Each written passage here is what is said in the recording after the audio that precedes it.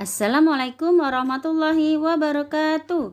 Apa kabarnya solih-solihannya Bu Guru? Semoga pada hari ini kita semua dalam keadaan sehat dan selalu dalam lindungan Allah Subhanahu wa Ta'ala. Amin. Sebelum memulai pembelajaran, seperti biasa Bu Guru akan mengingatkan solih-solihannya Bu Guru untuk segera mandi, sholat duha, murojaah, dan jangan pernah lupa bantu orang tua. Yuk kita berdoa dulu yuk. Berdoa sebelum belajar. Kita baca sama-sama ya. Bismillahirrahmanirrahim. Raditu billahi rabba wa bil islami dina wa bi Muhammadin nabiyya wa rasula. Rabbi zidni ilma warzuqni fahma. Amin. Hari ini kita akan belajar tema 6 subtema 2 tentang merawat hewan di sekitarku. Pada pembelajaran bahasa Indonesia, kita mengacu pada KD 3.7 tentang mencermati tulisan tegak bersambung dalam cerita dengan memperhatikan penggunaan huruf kapital, serta mengenal tanda titik pada kalimat berita dan tanda tanya pada kalimat tanya. Dan pada pembelajaran matematika, kita mengacu pada KD 3.6 tentang menjelaskan dan menentukan panjang berat waktu dalam satuan baku yang berkaitan dengan kehidupan sehari-hari. Materi pada pembelajaran bahasa Indonesia kali ini tentang merawat hewan peliharaan. Sedangkan untuk materi matematika, kali ini kita akan mempelajari jenis timbangan dan kegunaannya.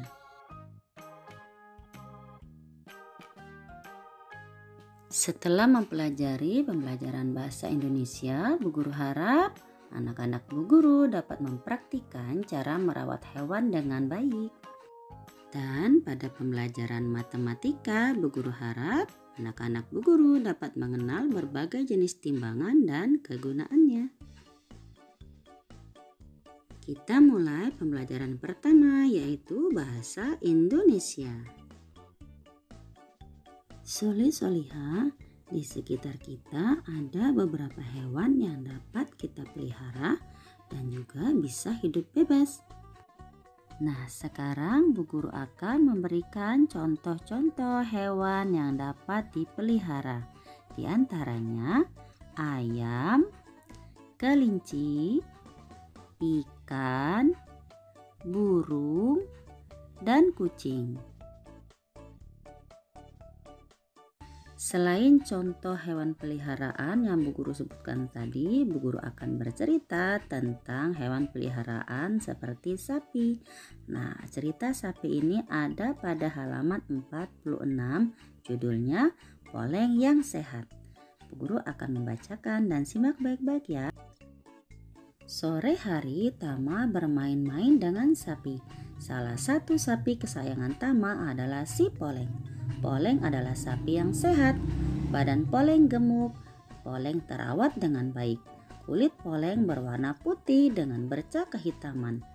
Poleng adalah jenis sapi perah karena dapat menghasilkan susu. Pahuda rutin merawat Poleng. Kandang Poleng selalu dijaga kebersihannya. Pahuda juga rutin memeriksakan kesehatan Poleng. Cerita tersebut menggambarkan bahwa jika kita merawat hewan dengan baik, maka hewan tersebut akan tumbuh dengan sehat. Agar hewan peliharaan kita sehat, maka kita harus melakukan beberapa cara merawat hewan. Contohnya, memberi makan dan minum, menempatkan pada kandang yang bersih dan aman, memandikan secara rutin, dan mengobatinya jika sakit. Simaklah cara merawat hewan peliharaan berikut. Salah satu cara merawat hewan adalah memandikan atau membersihkan tubuhnya secara rutin. Soli-soliha, kita buka halaman 54 untuk mengetahui satu persatu cara merawat hewan. Contoh merawat kelinci. Yang pertama, mandikanlah kelinci menggunakan air hangat. Gosok seluruh tubuh kelinci secara perlahan, gunakan sabun khusus untuk kelinci. Yang kedua, selesai dimandikan, angkat kelinci, lap seluruh tubuh kelinci dengan menggunakan handuk. Yang ketiga, setelah tidak ada air yang menetes, gunakan alat pengering untuk mengeringkan seluruh tubuh kelinci. Dan yang keempat, selesai dikeringkan, sisirlah bulu-bulu kelinci secara perlahan agar bulu-bulunya rapi. Memandikan kelinci selesai. Sampai di sini Soli-soliha sudah paham ya? Kita lanjut ke pembelajaran selanjutnya, yaitu matematika. Hari ini kita akan membahas tentang mengukur benda dengan satuan baku. Nah, seperti yang sudah pernah kita pelajari bahwa mengukur berat itu ada satuan baku dan ada satuan yang tidak baku. Nah, sekarang yang kita pelajari adalah mengukur benda dengan satuan baku. Satuan berat untuk mengukur satuan baku terdiri dari 3. Yang pertama, kilogram, yang kita singkat dengan GR dengan huruf kecil. Yang kedua, ons. Dan yang ketiga, gram, yang kita singkat dengan GR. Alat untuk mengukur satuan berat disebut dengan timbangan. Nah, setelah ini kita akan mempelajari jenis-jenis timbangan. Yang pertama, timbangan pasar. Nah, pernahkah Soli-soliha melihat timbangan seperti ini? Timbangan ini biasa digunakan oleh pedagang untuk menimbang barang-barang yang dijual di pasar. Cara menimbang dengan timbangan ini adalah dengan memakai anak timbangan. Anak timbangan ini digunakan untuk mengetahui berat benda yang akan kita timbang, dan beratnya pun berbeda-beda. Ada yang 2 kg, ada yang 1 kg, ada yang 500 gram, dan seterusnya. Yang kedua adalah timbangan kue. Timbangan kue ini digunakan untuk menimbang bahan makanan, kue, atau bahan masak di rumah, seperti tepung, gula, dan lain-lain. Yang ketiga, timbangan berat badan. Timbangan berat badan biasa digunakan untuk mengukur berat badan manusia. Selanjutnya adalah timbangan gantung. Timbangan gantung biasanya digunakan untuk menimbang benda yang berat. Contohnya, beras 1 karung, jagung 1 karung, dan lain-lain. Timbangan digital. Timbangan digital digunakan untuk menimbang buah dan sayuran yang ada di swalayan. Nah, agar lebih paham, Soli-soliha bisa belajar mengerjakan soal-soal yang ada di buku tematik.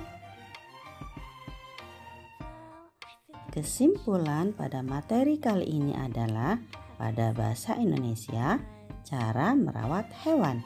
Yang pertama, memberi makan dan minum, menempatkan pada kandang yang bersih dan aman, memandikan secara rutin, dan mengobatinya jika sakit. Kesimpulan dari pembelajaran matematika adalah jenis-jenis timbangan terdiri dari timbangan pasar, timbangan kue, timbangan berat badan, timbangan digital, dan timbangan gantung. Untuk tugas kali ini, Soli-soliha mengerjakan halaman 83 nomor 2 dan 3. Alhamdulillahirrabbilalamin, pembelajaran kali ini sudah selesai. Dan Bu Guru harap Soli-soliha dapat memahami materi kali ini. Dan tidak bosan-bosannya Bu Guru pesan untuk selalu murojaah, sholat 5 waktu, sholat duha, dan selalu bantu orang tua. Selalu jaga kesehatan, ceria selalu, sampai bertemu ke pembelajaran selanjutnya. Wassalamualaikum warahmatullahi wabarakatuh.